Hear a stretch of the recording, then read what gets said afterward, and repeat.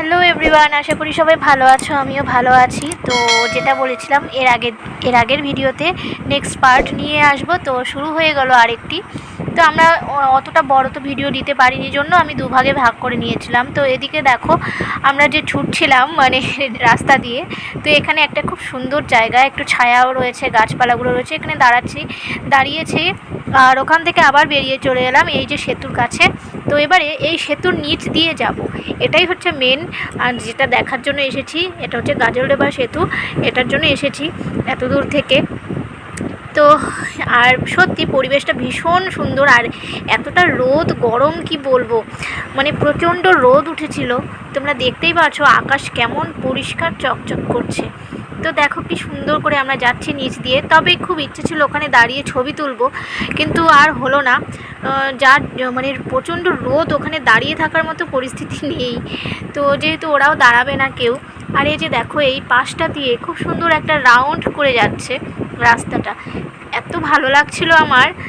তো টুক করে ক্যামেরা বন্দি করে নিয়েছি। ওই যে দেখতে পাচ্ছ সেতু, আর সত্যি মানে দূর থেকে ডিজাইনটা এতটা ভালো হয়েছে না কি বলবো, মানে না চোখে না দেখলে আমার বিশ্বাস হতো না। যেটা এসেছি আমি, সত্যি আমার খুব ভালো লেগেছে। মানে কি বলবো, সত্যি এতটাই ভালো লাগছে। তো এবারে যাচ্ছি আমরা ভোরের আলোতে। এখান থেকেই আরেকটা জায়গা রয়েছে একটু দূরে, পাশ দিয়েই ভোরের আলো, সেখানে যাওয়া যাক চলো। আর তারপরে ওরা কোথায় ঘুরতে নিয়ে যায় সেটাই দেখবো। আর যেহেতু ওই যে আমার হাজব্যান্ড দেখো পেছনে রয়েছে, যাচ্ছেই, তো ওদেরকে এবার ছাড়িয়ে এবার আমরা ফার্স্ট চলে গেলাম। আর রাস্তার মাঝে মধ্যে এত সুন্দর কৃষ্ণচূড়া ফুলগুলো ফুটেছে না, দারুণ সুন্দর লাগছিল। তো যাই হোক, ওখান থেকে বেরিয়ে দেখো এদিকেও গাছ গাছ আর গাছ। তো এখান থেকেও আবার এই যে ওরা আমাদেরকে টপকিয়ে চলে গেল। এই হচ্ছিল, যেহেতু রাস্তাটা সেরকম জ্যাম নয়, ফাঁকা ফাঁকা, এগুলো রাস্তা একটু ফাঁকাই থাকে, তো যার জন্য খুব স্পিডে গাড়ি ছুটছিল। আর সবুজ আর সবুজ, এটাই আমি দেখছি, ভীষণ সুন্দর লাগছে দেখো। আর আমি তো কি বলবো, মানে পেছনে ওরা দুজন আছে, আমিও খুব হেসে যাচ্ছি। আর আমার ভাইস্তা তো গাড়ি চালিয়েই যাচ্ছে, তো এতটা স্পিড দিয়েছে যার জন্য পেছনে আমি ভালো করে একটু ধরে নিয়েছি। তো এই যে আমাদের পরপর গাড়িগুলো রয়েছে, আমরা তিনটে বাইক চলেছে, বাইক দুটো আর একটা স্কুটি। তো এই যে দেখো এই যে সামনে যাচ্ছে ওরা, ওদের ফ্যামিলি নিয়ে, মানে ওরা হাজব্যান্ড ওয়াইফ আর হচ্ছে একটা বেবি আছে, তো ওরা তিনজন। আর এই যে দেখো ও আবার ওর কাকুকে বলছে, কাকু তোমরা পেছনে চলে গেলে, আমরা আগে চলে গেলাম। তো যাই হোক, আরমান চালাচ্ছিল সেই গাড়িটা, তো আরমান আমাদের ভাজতাই হয়। তো এই যে দেখো আমরা যাচ্ছি। তো ওখানে যেতে যেতে বেশ সুন্দর বালুর চরের মতো দেখলাম, যেটা ওখানে তিস্তা ব্যারেজের যে জলটা যখন ছাড়া হয়, ক্যানেলের যে ছাড়া হয়, সেই জিনিসগুলো মানে চর পড়ে গেছে। তো অনেকে বলছে এখানে দাঁড়িয়ে ছবি তুলবে, আমাদের সাথে যারা গেছিলো। তো ওই ফাইনালি আমরা জায়গা দেখছিলাম কোথায় দাঁড়াবে। তো ওই যে দেখো ওরা নেমে গেছে, কিন্তু না ওখানে এতটা বালু রয়েছে, অনেক সময় পা ডেবে ডেবে যাচ্ছে, যার ভয়ে আমি আর গেলাম না। আর আমার হাজব্যান্ড বলছে ওরকম জায়গায় চোরাবালি হয়ে যেতে পারে, তো যার জন্য যাইনি, থাক অত রিস্ক নেব না। তো ওখান থেকে আবার বেরিয়ে দেখো আমরা আবার যাচ্ছি সেই সেতুর ওদিক দিয়ে। এবার আমরা চলে যাব বাড়ির দিকে, ওখান থেকে আবার সেতুর কাছেই যাচ্ছি। তো সেতুর ওখান থেকে একটা ছোট বাজার আছে বলেছে, ওখানে নিয়ে যাবে, কিছু খাওয়া দাওয়া হবে। তো এমনিতে তো আমরা ওখান থেকে রুটি তরকারি খেয়েছিলাম, তারপরেও এখানে যাব, এখানেও অনেক বিভিন্ন রকম দোকান আছে, সেগুলো দেখতে। তো চলো, এই যে দেখো রাস্তাগুলো, দুই ধারে রাস্তাগুলো ভীষণ সুন্দর। তো এই দেখো আমরা প্রায় ব্রিজের এদিক দিয়ে চলে এলাম আবার ব্যাক করে। তো এটা তিস্তা ব্যারেজের পাশেই হলো বাজার। তো চলো যাওয়া যাক বাজারটাতে কি আছে সেটা দেখার জন্য। আর বাজারে মনে হচ্ছে যে একদম কি বলবো, সমুদ্র পাড়ে যেরকম ছোট ছোট দোকান বসে, অবশ্য আমি সমুদ্র কিন্তু এখনও পর্যন্ত কোনোদিনও যাইনি, তবে ওগুলো আমরা দেখেছি।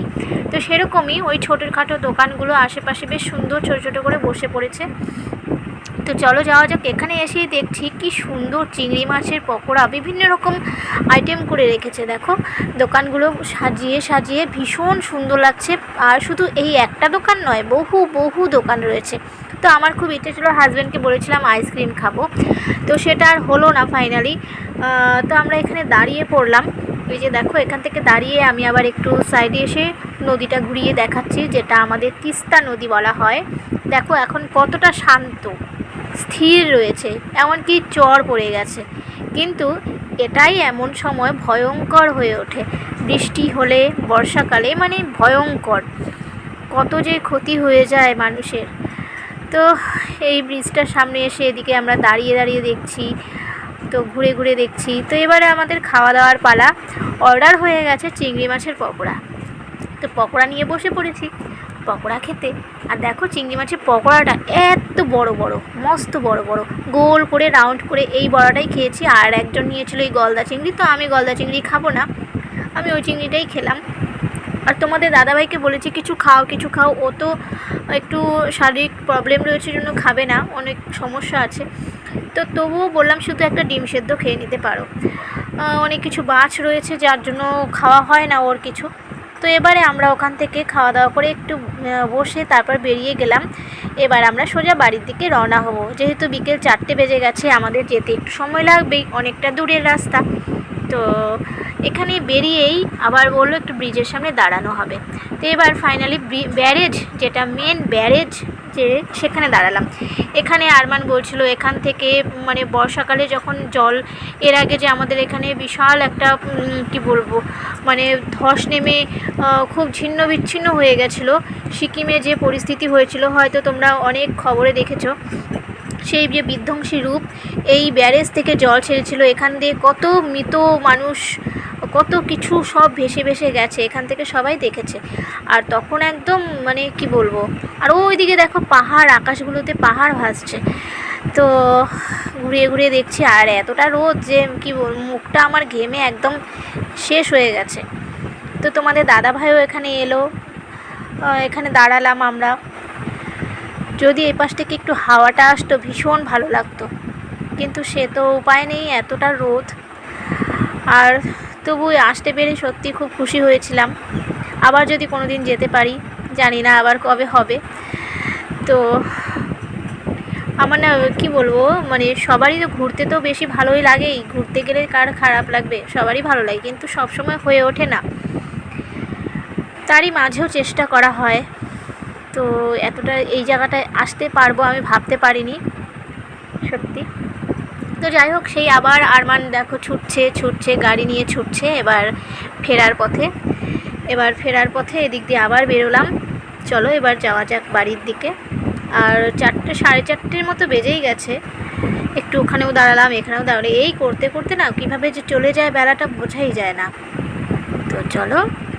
আর ব্রিজটা দেখো কতটা বড়, আমাকে বলেছিল যে ব্রিজটা একটু ভিডিও করতে, আরমান বলেছিল, তো সেটাই আমি ভিডিও করে নিলাম। তো এবারে বাড়ির দিকে চলো। আর বিকেল হয়ে যাচ্ছে কিন্তু রোদ কিন্তু একটুও নামছে না, মানে রোদ পড়ে যাচ্ছে না, এতটা রোদ আর এতটা স্পিড দিয়েছে, মাঝে মাঝে ক্যামেরাটা দেখো ঘোলা হয়ে যাচ্ছে, ওটা স্পিডের কারণেই হচ্ছে। ওই যে ওর কাকু সামনে চলে আছে, আমরা পেছনে রয়েছিলাম। তো এবার আমরা ফার্স্ট, তো চলো যাওয়া যাক। আর এদিক দিয়ে দেখো কি সুন্দর গাছগুলো, এখানেও অনেকে দাঁড়িয়ে রয়েছে, তো সেটা আবার ওরা দেখছিল তাকিয়ে, ছেলেগুলো সব দাঁড়িয়ে আছে। আর এদিকে না পাট, এগুলো পাট ক্ষেত, কতটা সুন্দর লাগছে দেখো রোদের আলোতে, একদম মানে হালকা হালকা সবুজ হলুদ, মানে মিক্সড করে কালারটা ভীষণ সুন্দর লাগছে। তো চলো, এই তো হলো আমাদের ঘোরাঘুরি।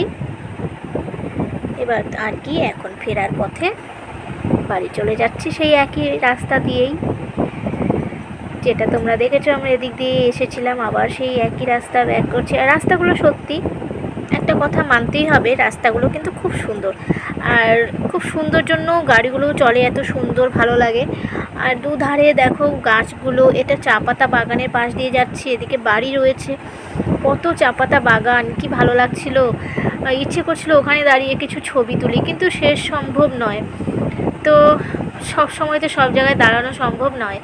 যেহেতু আমরা অনেকটা দেরি হয়ে যাচ্ছে, বাড়ি যেতে যেতে হয়তো 6টাই বেজে যাবে।